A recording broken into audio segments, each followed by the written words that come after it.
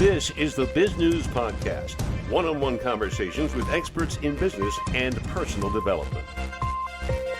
They stand there for 50, 100, maybe even 500 years, until felled by chainsaw, fire, disease, or storm. These are the trees of our forests, which cover fully 1/3 of the land of the United States. And while you think you may know your local woody areas, or even the big forests around you, Dan Handel really knows forests and how they impact how we live and how people are impacting forests. Dan Handel joins us for this Biz News interview. Dan, before we get into your latest book, I'd like for you to tell our viewers and listeners a little bit about your background, because it is truly extensive. Well, first of all, I'm happy to be here and happy to talk to you. I'm an architect by training. I did my degrees in architecture, first degree in architecture, then master's degree in the United States, then doctoral degree also in architecture.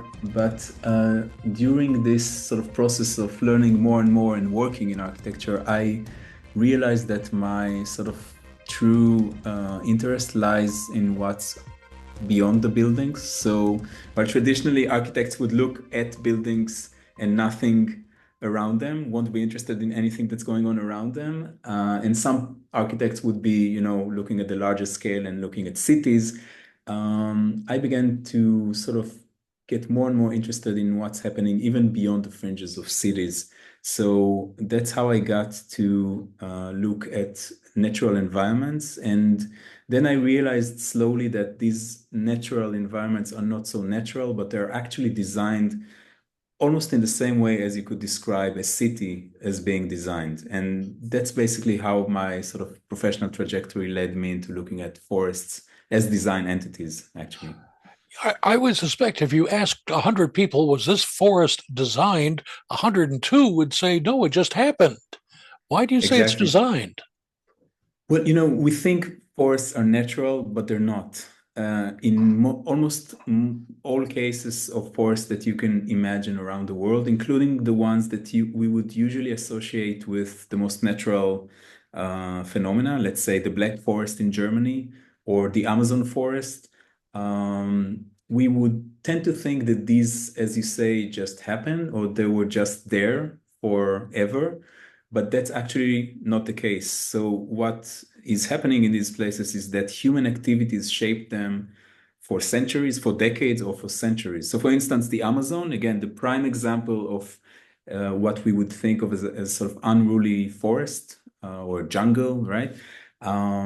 It is actually a product of previous settlements that happened there in the last couple of hundreds of years. So these people, usually indigenous cultures that populated these areas, they had their settlements, they planted certain plants, they cut down other type of plants, they used it for food, etc. And, decades and hundreds of years later, we see the type of vegetation, the composition of vegetation in the Amazon, and the boundaries of different parts of the Amazon are, highly dependent on these patterns that were established many years ago.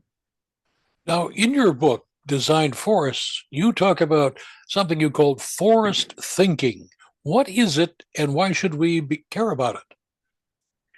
Well, as I got into these artificial forests, first of all, I went to visit them, and I think it's something that we should all do because my first sort of inquiry into the subject was really visiting industrial forests in the Pacific Northwest. This is how this entire project began, basically, by me getting a small grant, a traveling grant to go there and just visit these places and talk to people who manage them and take care of these forests. And when I got there, I realized this is very different than the idea that I had in mind regarding what a forest is, because I found myself in one instance in Montana in a forest made of thousands of trees that looked like clones. They were exactly the same size. born in the same date, more or less. They were like doppelgangers of each other. And this was a very eerie kind of moment that made me realize that I should look into the subject. And when I looked into the subject, what I found out is that these are basically trees that are cloned from the same genetic material in order to grow as fast as possible and be harvested as fast as possible for the industrial interest. Um, and of course, this is, part of it is a familiar story, but this sent me into the history of industrial forests and how they manage vast areas of the United States and then other places I looked into. So, more than 10% of area in the United States is owned by private forest companies. So this is a substantial land use issue, which of course has a lot to do with property ownership, who gets to use what kind of resources are available to the public, what are the agreements that these companies have with governments and with communities, and also I think in an interesting way it also shape ecological patterns, right? So once I realized that these forests are designed environments. They're really designed to the cell because they're also genetically modified. The next thing was to understand that they are shaped by certain ideas, which brings us back to forest thinking. And this became the foundation of this book. The notion that we are sharing ideas, certain ideas, cultural ideas, by which we understand forests, through which we understand forests, and through which we shape forests in return. And when I'm saying we, I mean both designers, landscape designers, but also scientists and land managers, so foresters as well. They share certain cultural ideas, cultural metaphors, as I call them in my work.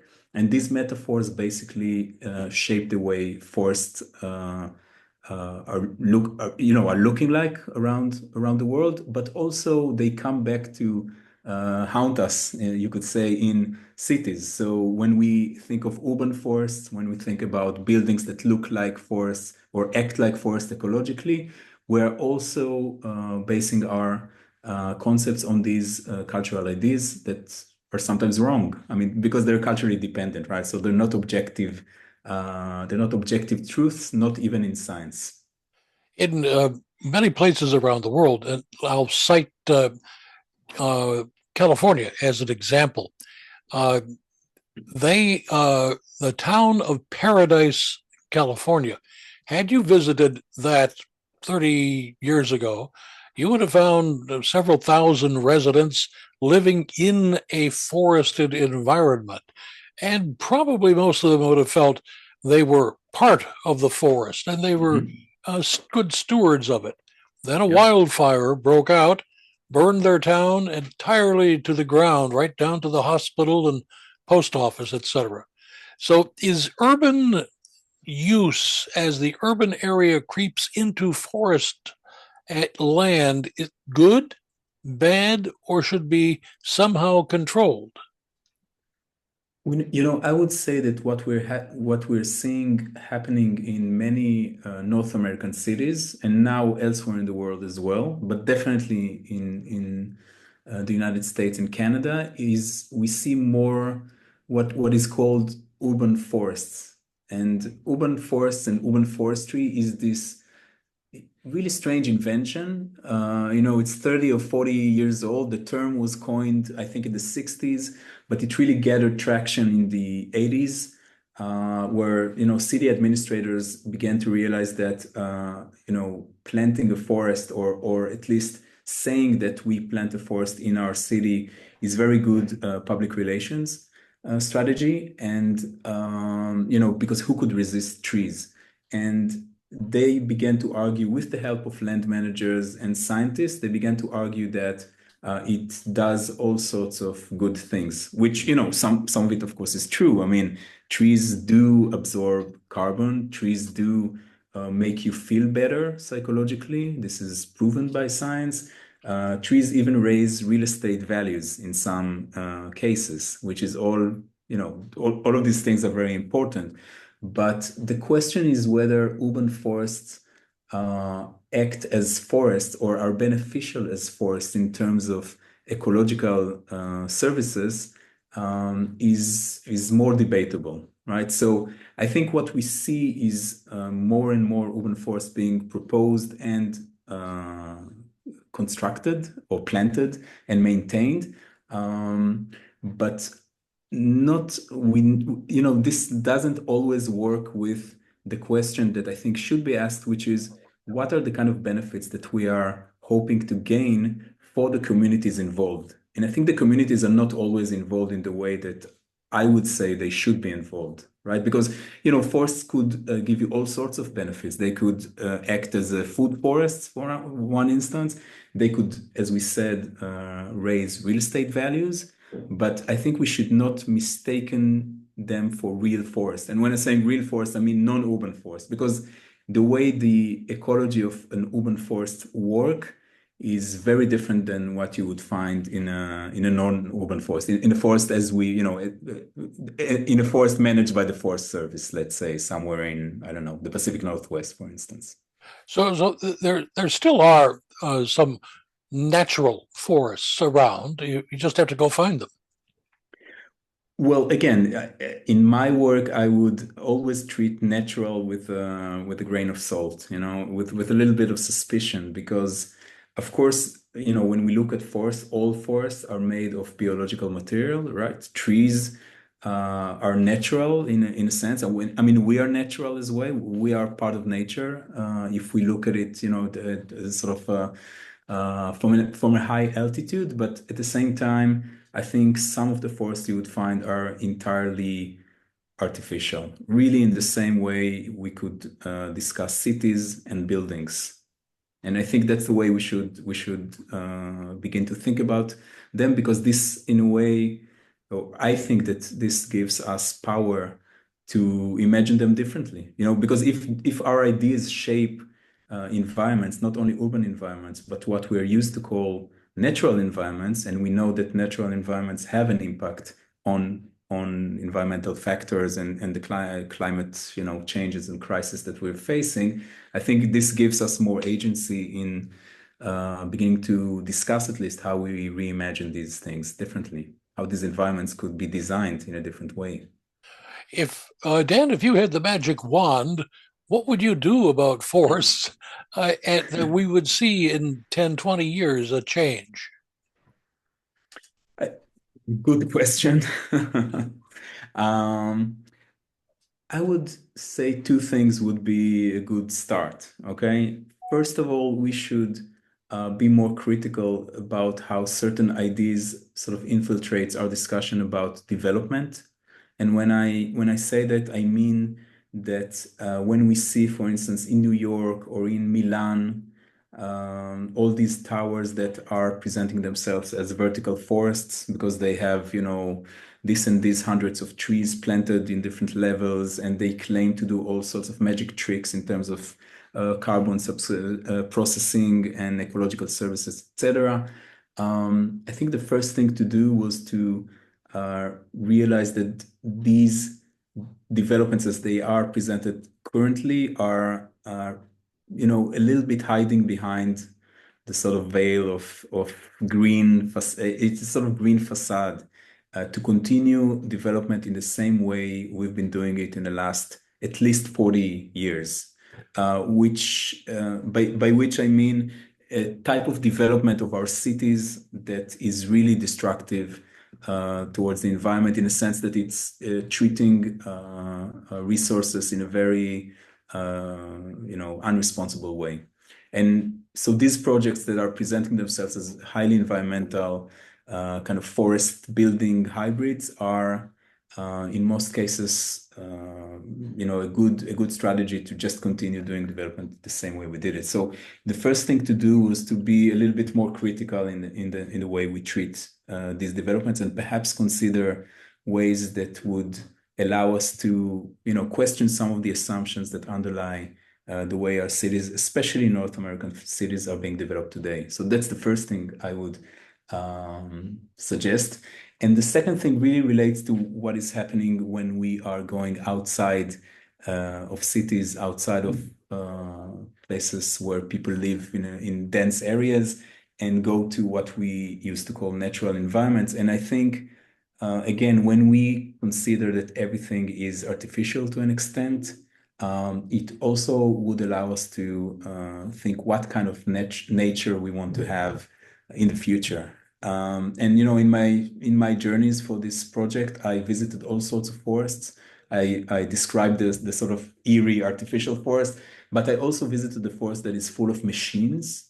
And it's very different than the way we tend to think of a natural environment. But it is full of machines because it's an experimental forest that is tracking its own sort of data all the time. So it's full of sensors and transmitters and computers and the trees are just covered with these things. So it's almost like being inside a giant computer filled with trees.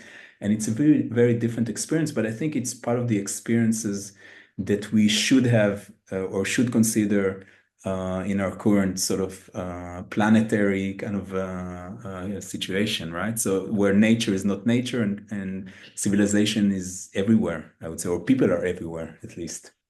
Dan, as you researched forests, when you were done, did you come away optimistic or pessimistic for the future?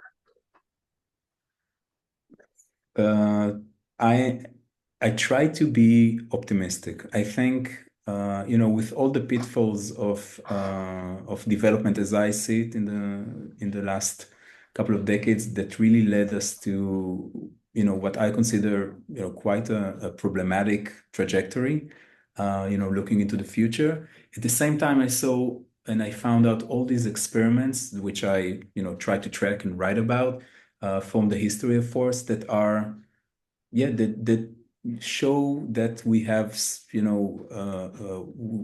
we've changed things in the past. We changed the trajectory of how things went in the past, in the last couple of decades. I'm not talking about hundreds of years ago. I'm talking about recent history. And I think this can be done again. So, I hope the work is also in a way a call to action, again, bringing back this notion of agency, that if human imagination, has this power to imagine environments in one way, I think it has the power to imagine them in different ways than they are being sort of produced and maintained today.